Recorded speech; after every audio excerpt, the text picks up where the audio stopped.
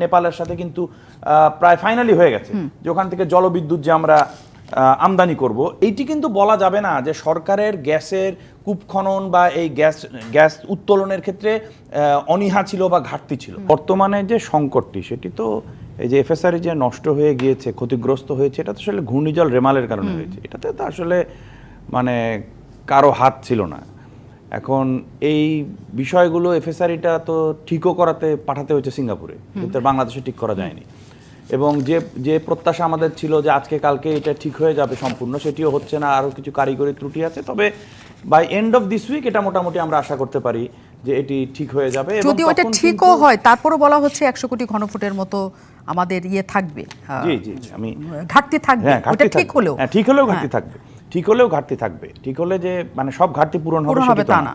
যার তবে যেটি আপনি বলছিলেন যে মানে গৃহস্থালী কাজে গ্যাসের যে সরবরাহ, যেটির কারণে আসলে মানে পরিবারগুলোর উপর সব থেকে বেশি চাপ পড়ে, সেটিতে হয়তো কিছুটা লাঘব হবে, সম্পূর্ণ কিন্তু লাঘব হচ্ছে না।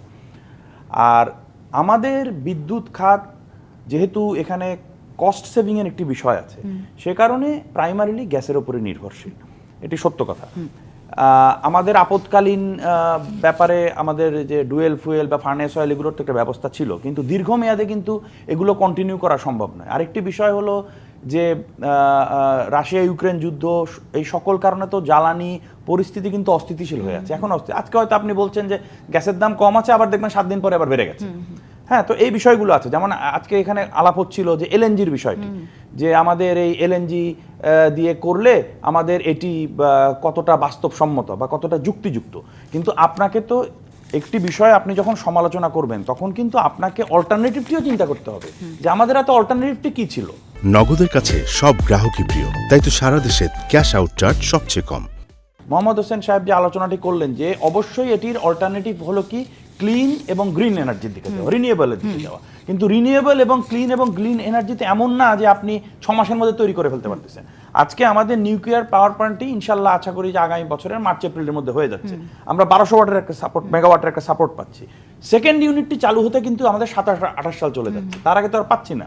ঠিক আছে, তার মানে ক্লিন এনার্জি 2400 মেগাওয়াট পেতে হলে টোটালি, যেটি পেলে আমাদের প্রায় ঘাটতি পূরণ হয়ে যাচ্ছে, যদিও এর মধ্যে আবার চাহিদা বেড়ে যাবে।